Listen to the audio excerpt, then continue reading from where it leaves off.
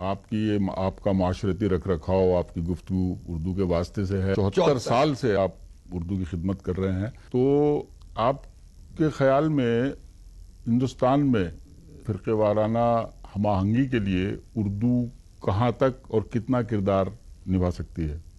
اردو ہی ایک واحد ایسا راستہ ہے جو مختلف اقوام کو، ملتوں کو، ذاتوں کو، برادریوں کو، صوبوں کو، زبانوں کو مطابقت سے، مصالحت سے، مشابہت سے یکجا کر سکتا ہے۔ اس میں ہندو، مسلمان، سکھ، عیسائی، یہودی، پارسی، جینی سب نے مل کر امیر خسرو سے اور آج کے دور تک سب ہر دھرم کے آدمیوں نے مل کے، چندربھان برہمن اردو کا پہلا شاعر ہے جس نے شاہجہان کو غزل سنائی مطلع سے مقطع تک، چندربھان برہمن۔ جس طرح میر غالب اور اقبال کی شخصیت ہے، رتن ناتھ سرشار، دیا شنکر نسیم اور برج ناتھ چکبست کو کون بھلا سکتا ہے؟ پنڈت برج موہن دتاتریہ کیفی، علامہ زار اور امر ناتھ مدن ساحر کو، رگھوپتی صاحب فراق کو، جوش اور جگر کی طرح فراق گورکھپوری کو تمام دنیا اردو مانتی ہے۔ آج بھی پاکستان میں پنڈت برج موہن دتاتریہ کیفی کو پڑھایا جاتا ہے۔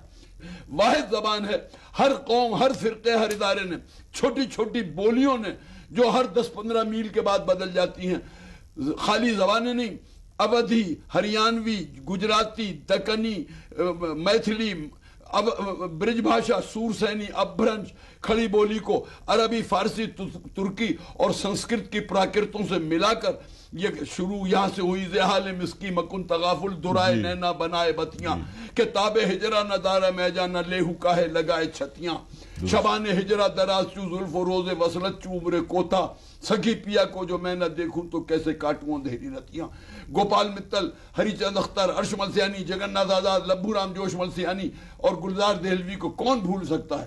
اس لیے مشترکہ تہذیب، متحدہ تمدن، قومی یکجہتی، اتحاد اور ہندو مسلمانوں کے اختلاط کے لیے مشرق بعید سے مشرق وسطی تک واحد صراط دوستی اور عالمگیر اخوت کی اگر کوئی علمبردار اس ملک میں زبان ہو سکتی ہے، جیسا کہ سر تیج بہادر سپرو نے کہا تھا کہ ہماری متحدہ تہذیب کا واحد ورثہ ہے جو امانت ہے ملک اور قوم کی، میں اسی کی تائید میں یہ بات کہتا ہوں۔ بہت خوب گلزار صاحب، آپ نے اردو کی ترویج و ترقی کے لیے زندگی کو وقف کر دیا اور آپ کا بنیادی مقصد اردو کی ترویج تھی، اردو زبان بھی، اردو ادب بھی، اردو تہذیب۔ جی، تو اس سمت میں آپ نے خصوصاً کیا کیا؟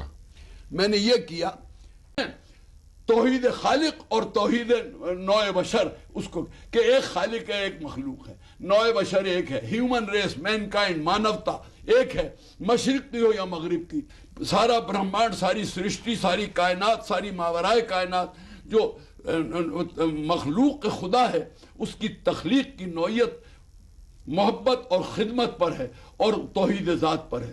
تو جب ایک خدا اور ایک مخلوق ہے تو بیر کس بات کا؟ اس بات کو میں اپنے نظم میں، نثر میں، تقریروں میں، شاعری میں اس کو میں پروجیکٹ کرتا ہوں جس طرح بھی کرتا ہوں۔ تو اب اس مرحلے پر کچھ نمونہ کلام اگر عطا ہو جائے؟ بہت اچھا، کچھ شعر بھی سنا دیتا ہوں نواب۔ میں وہ ہندو ہوں کہ نازا ہے مسلمہ جس پر، دل میں کعبہ ہے میرے دل ہے صنم خانوں میں، جوش کا قول ہے اور اپنا عقیدہ گلزار، ہم سا کافر نہ اٹھا کوئی مسلمانوں۔ بہت خوب، بہت خوب۔ دیکھیے کچھ ربائیاں ہیں، الفاظ تو اس میں خمریات کے، رندی اور شوخی کے، شراب و کباب کے ہیں، لیکن معرفت و توحید سے متعلق۔ ساقی کی نگاہوں سے جوانی مل جائے، ساقی کی نگاہوں سے جوانی مل جائے، پھرتی ہوئی مستی کی کہانی مل جائے، دیتا ہے تو دے جام ہوسکاروں کو، گلزار ارم سے مجھے پانی مل جائے۔ واہ واہ واہ، دیتا ہے تو دے جام ہوسکاروں کو، گلزار ارم سے مجھے پانی مل جائے۔ عرض کرتا ہوں، شبنم کی مدد سے باغ دھل جاتے ہیں، اشکوں سے گناہ کے داغ دھل جاتے ہیں، شستہ جذبات ہوں کہ شستہ افکار، انسان کے دل و دماغ دھل جاتے ہیں۔ بہت خوب۔ شستہ جذبات ہوں کہ شستہ افکار، انسان کے دل و دماغ دھل جاتے ہیں۔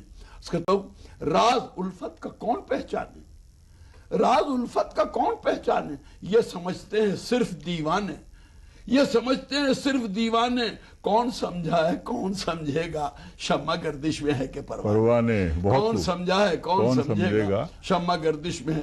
اب دوسرے رنگ کی سن لیجئے، داغ کے رنگ میں، جی، میدان محبت میں غضب ہیں ہم لوگ، اللہ مسبب ہے، سبب ہیں ہم لوگ، از بس کے ہے ہر چیز کا خالق اللہ، اللہ سے انگور طلب ہے ہم لوگ۔ بہت خوب، بہت عرض خوب۔ کرتا ہوں پاکیزہ بزرگوں کی نشانی دے دے، ساقی مجھے انگور کا پانی دے دے، آنے کو جو ہو عمر بزرگی لے لے، لا جام میں کچھ اور جوانی دے دے۔ بہت خوب۔ لا آخری ربائی سن لیجئے جی ارشاد۔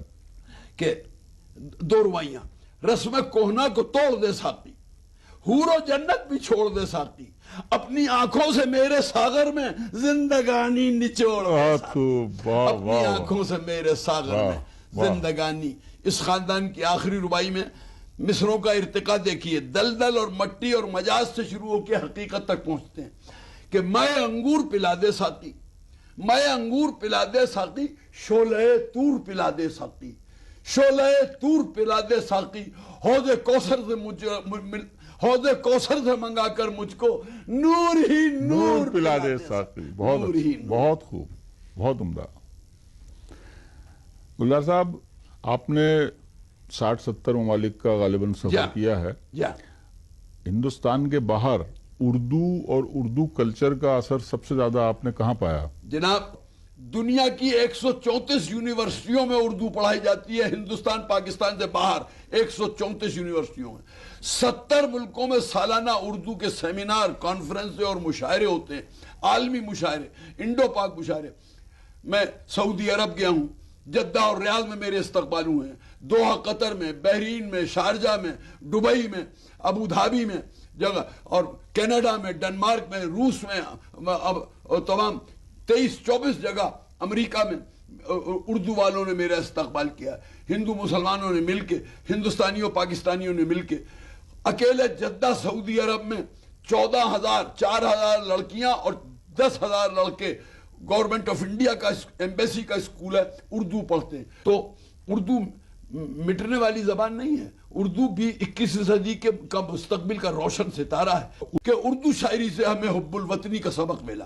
تو ہم لوگوں کا کام ہے تطبیق، مماثلت، دلوں کو جوڑنا، تو برائے وصل کردہ نامدی، نہ برائے فصل کردہ نامدی۔ یہ تو ہم اور آج کی بات کر رہے ہیں، میں 1905 کی بات نواب مرزا داغ کی، 1905 میں انتقال ہو گیا، اس سے پہلے انہوں نے جو زبان بنائی اگر وہ ہم اپنا لیں تو اب کوئی ترجمہ کر کے بتا دے کوئی وصف کی زبان کا وقت ہے۔ بعض جگہ اقبال نے جو اردو میں سارے جہاں سے اچھا ہندوستان ہمارا، بلبلیں اس کی یہ گلستاں ہمارا وغیرہ، اب اس جذبے شکتی بھی شانتی بھی بھکتوں کے گیت میں ہے، بھارت کے واسیوں کی مکتی پریت میں ہے، علامہ ڈاکٹر اقبال۔ تو یہ اب اس چیز کی ضرورت ہے کہ داغ کی زبان کو عوام میں پھیلایا جائے۔ سر سید نے خود تجربے کیے، ان کی آپ کتابیں دیکھیے، اس میں ہندی کے، سنسکرت کے اور علاقائی زبانوں کے کتنے الفاظ یوں محاورے کی طرح، روزمرہ کی طرح ان کی کتابوں میں موجود ہیں۔ تو آج ضرورت ہے اسی ہندوستانی بول چال کی، عام فہم زبان کی، جس کی بنیاد میر اور داغ نے رکھی۔ آپ ذاتی طور پر اردو والوں کے لیے، اردو پڑھنے والوں کے لیے، اردو پسند کرنے والوں کے لیے کیا پیغام دینا پسند کریں؟ میرا پیغام چھوٹا سا ہے بہت، وہ یہ ہے کہ بڑے بڑے لوگ سرکاری یا غیر سرکاری ٹرسٹ کچھ بھی کریں، آپ اپنے گھر میں، اپنے محلے میں، اپنے رشتہ داروں میں، اپنے سگے بھائی بہن کے ہاں اور اپنے ہاں، اپنے بیٹے بیٹی، پوتا پوتی اور نواسے نواسی کو، 6 بچوں کو 6 جماعت کے معیار تک، middle class, lower middle class کا، آپ ان کو اردو رسم الخط میں اردو بھی سکھائیے۔